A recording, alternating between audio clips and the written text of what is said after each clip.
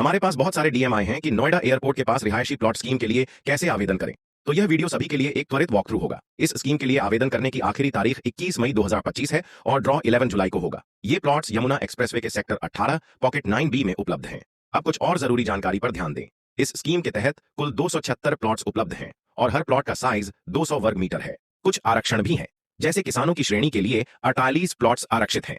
Industrial units श्रेणी के लिए 14 प्लॉट्स और सामान्य श्रेणी के लिए 214 प्लॉट्स उपलब्ध हैं। SC/ST वर्ग के लिए रजिस्ट्रेशन अमाउंट 3.5 लाख रुपए है और अन्य के लिए यह 7 लाख रुपए होगा। अब PLC प्रेफरेंशियल लोकेशन चार्ज को समझते हैं। अगर आपका अलॉटेड प्लॉट किसी पार्क या ग्रीन बेल्ट के सामने है तो 5% प्रीमियम लगेगा। अगर वह कॉर्नर लोकेशन पर है तब भी 5% प्रीमियम, और अगर वह 18 मीटर रोड के सामने है तो फिर से 5% प्रीमियम। अगर तीनों लागू होते हैं तो कुल मिलाकर 15% प्रीमियम देना होगा। अब गूगल पर जाएं और येडा टाइप करें। जो पहला लिंक आएगा वही आधिकारिक पोर्टल है।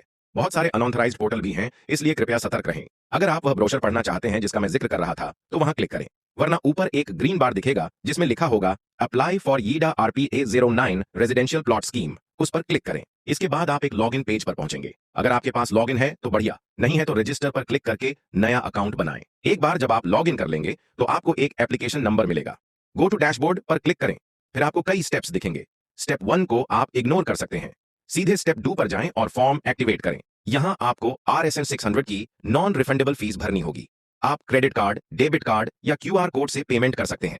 RSS 600 जमा करने के बाद अगला स्टेप एक्टिव हो जाएगा, जो सबसे डिटेल्ड स्टेप है। इसमें एक बड़ा फॉर्म भरना होगा जिसमें सारे ID प्रूफ्स और अन्य डिटेल्स अटैच करनी होंगी।